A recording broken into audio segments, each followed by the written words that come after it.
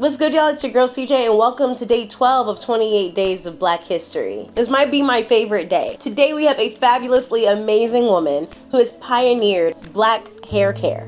And no, I'm not talking about Madam CJ Walker. I'm talking about Miss Annie Turnbo Malone. Bear with me, this is gonna be a long one. When she was out of school, she was helping her sister as a hairdresser. With some additional background in chemistry, Miss Annie was like, I'm tired of seeing Black women straighten our hair with goose fat, bacon grease, and soap.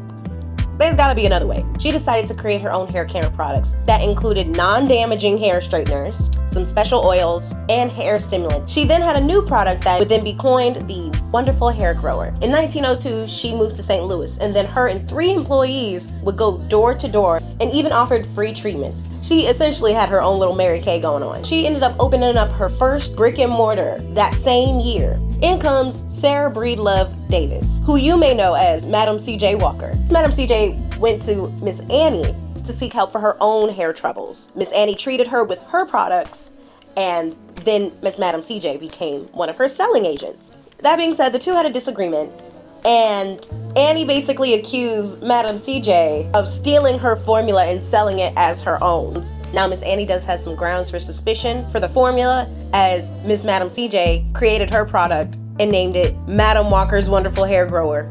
Now, what did Miss Annie do? She changed the name of her project to Porto. Now, Miss Annie isn't just a businesswoman, but she's for the people. Because what does she do? She opens Porto College, which is the first cosmetology school dedicated to training specialists in African American hair. There was dormitories, teaching facilities. We had a chapel, auditorium, dining hall, bakery, ice cream parlor, laboratories, laundry services, a manufacturing plant for the products, and a rooftop garden. By the time we get to 6 years after the college opened, Porto College employed 175 people. We have locations for Porto in North and South America, Africa, and the Philippines, which then employed another 75,000 women. And then by the time we get to the 1950s, which is almost 3 decades later, she has 32 branches of Porto across the United States. I'm sure you guys are wondering, like I was, well, where's Porto College today? Unfortunately, it no longer exists due to some lawsuits and taxes and a very, very, very messy divorce. But what a pioneering woman. As much as we all know about Madam CJ Walker, Miss Annie Turnbo Malone paved the way, quite literally, for Madam CJ Walker and all of us. All that said, we cannot deny this woman's impact. She gave thousands of women jobs, not just in the United States during Jim Crow, internationally.